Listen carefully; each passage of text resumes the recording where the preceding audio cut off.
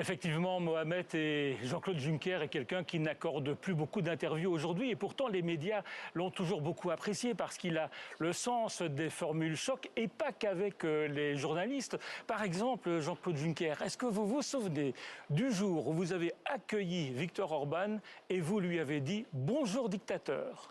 Je l'ai toujours salué comme ça. Lorsque je l'ai fait, le moment que vous me rappelez, je n'avais pas vu qu'il y avait des micro-perchoirs. Alors, depuis que vous êtes parti, l'Europe a connu une série de crises, l'Ukraine en particulier.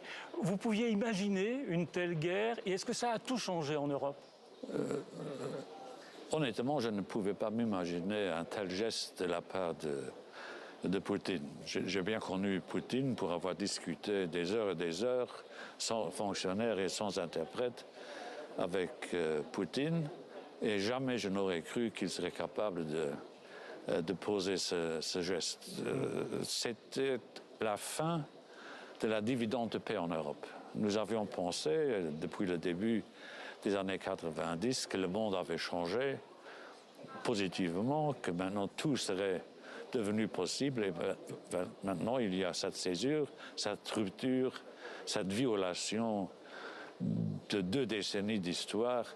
Et je n'aurais jamais pensé que nous puissions vivre de tels moments douloureux surtout pour les Ukrainiens. Et Poutine, vous vous êtes trompé sur lui?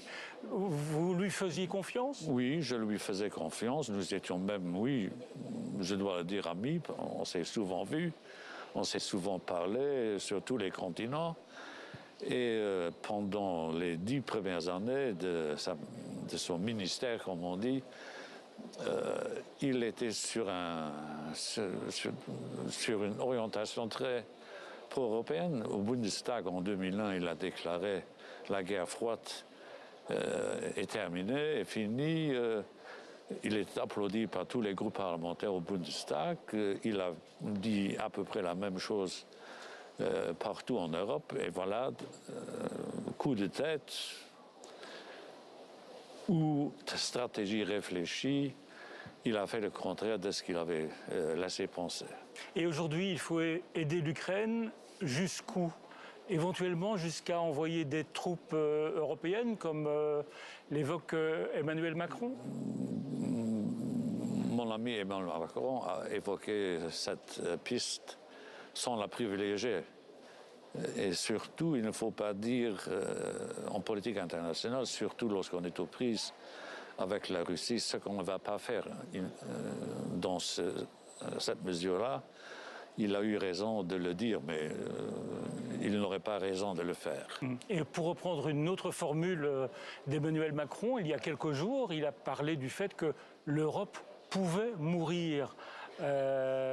C'est quelque chose que vous pensez également? Non, je ne le pense pas. D'ailleurs, il n'a pas trop précisé sa pensée. Mais c'est un être politique qu'il faut soigner. L'Europe ne va pas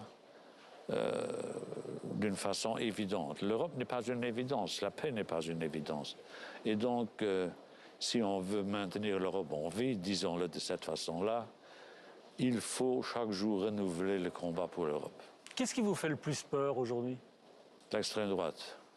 L'extrême droite est un vrai danger parce que elle risque, si elle l'emportait, si elle devenait majoritaire en Europe. Nous n'en sommes pas loin, mais pas encore là. J'espère que nous n'arriverons jamais à ce stade. Tout ce qui est normal aujourd'hui deviendrait exceptionnel. Il faut s'imaginer un instant que l'extrême droite dirigerait les 27 pays de l'Union européenne et aurait la majorité au Parlement européen. Que deviendrait l'Europe dans ce scénario funeste? L'Europe serait en danger de mort. Il faut prendre l'extrême droite au mot, croire et décrire ce que serait l'Europe si l'extrême droite appliquait partout et dans tous les pays les recettes qu'elle préconise. Et merci Jean-Claude Juncker. Oui, le bonheur fut le mien.